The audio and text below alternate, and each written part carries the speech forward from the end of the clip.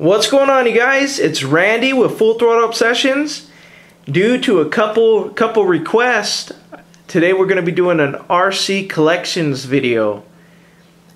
As you can see, I got my whole RC collection on my pool table, with the TRAXXAS Bandit being at the very top, and there's good reason for that. That RC alone right there was my first hobby style RC car, and single-handedly started my little addiction problem here. Little quick story on the Bandit. When I was about 10 years old, when I first found out about this style RC car, I pretty much asked my dad. You know, I was like 10 years old, and he says, "Randy, you're crazy. I'm not going to spend I think it was like $149 at the time, and it was back in the bad old days when they had mechanical speed controls, brushed motors. I think it came with a 20 turn, and it was a Stinger motor. And of course, you know, my dad ended up, after months of asking, he finally broke down and told me, he's like, you know what, if you straighten up, because I was getting in a little trouble at the time, and you do good in school, we'll think about it. And sure enough, it took me about a year, and finally he took me down to the hobby store, and we came home with the Bandit. And of course, it's seen better days, as you could tell. Yeah, it's seen much better days. But it's went through multiple builds.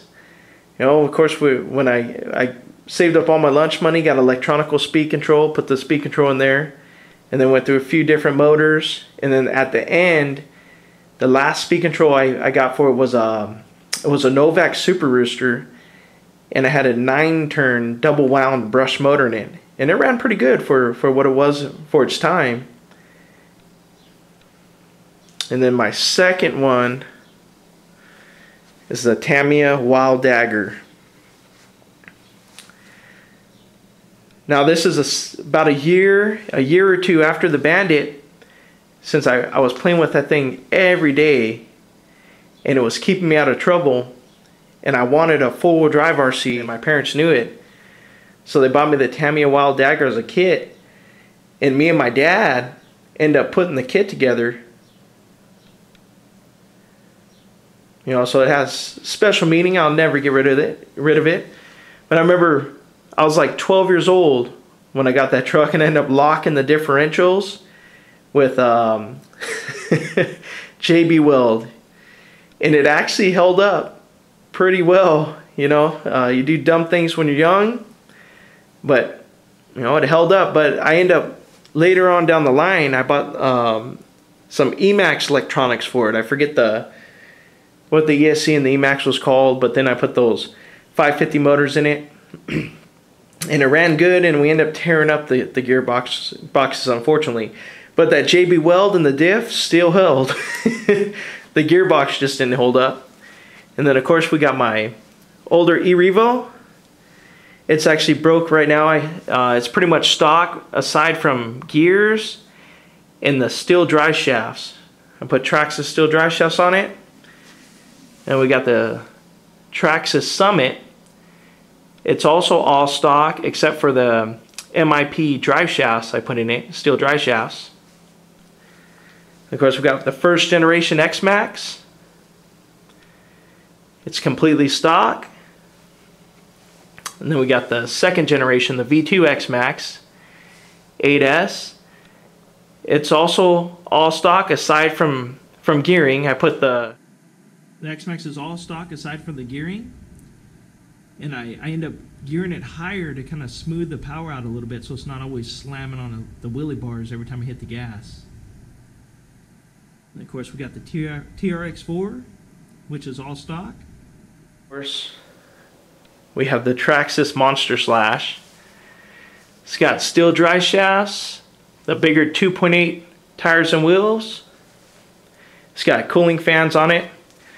I have a heavy-duty clutch, slipper clutch I'm going to be putting in it, because the factory one was just too small to handle those tires and run it on 3S. Then we got the TRAXXAS Rustler, completely stock aside from steel dry shafts. I usually break the dry shafts on the first run. And then of course we got the new E-REVO 2.0. It's also broke, currently broke. We got to order some parts for it here soon. And then of course we got the TRAXXAS UDR. It was broke. The last time we had it out, we broke the rear trailing arm. But I ended up picking up some blue anodized aluminum trailing arms for it. So it's ready to go. We'll be doing some videos on that here shortly. And then the TRAXXAS T-MAXX. It is all stock.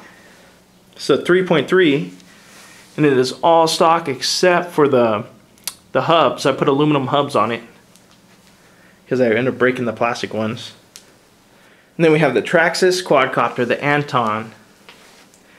I don't have too much flying time, but that's going to change this summer. I'm going to be taking this out a lot more. Improve my flying skills. But really, I'm honestly more of a basher than a flyer.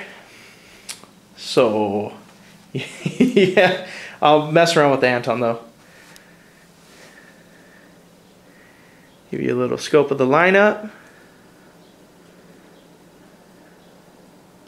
Alright, last but not least, this is the newest addition not only to my RC collection, but to this channel. I really brought it to improve the videos for you guys, and I'll be upgrading my regular camcorder also. But it's the GoPro Karma, and it came with the GoPro Hero 5. And we'll be definitely utilizing this in our future videos, so make sure you guys stay tuned. Alright you guys, that was my quick video of my RC collection. I know I made it a little short, but I could be here all day talking about the stories behind these things and what we done to them, what we're going to do. I just wanted to give you guys a quick little video. I know this is the first time that the Bandit's been on this channel, and I kind of wanted to share that with you guys since it was definitely what started my whole little obsession here. And I didn't know how much of a problem it has became until I put all these RCs in one spot. But anyways, as always, if you guys like my videos, please like, share, comment, and subscribe. Thank you.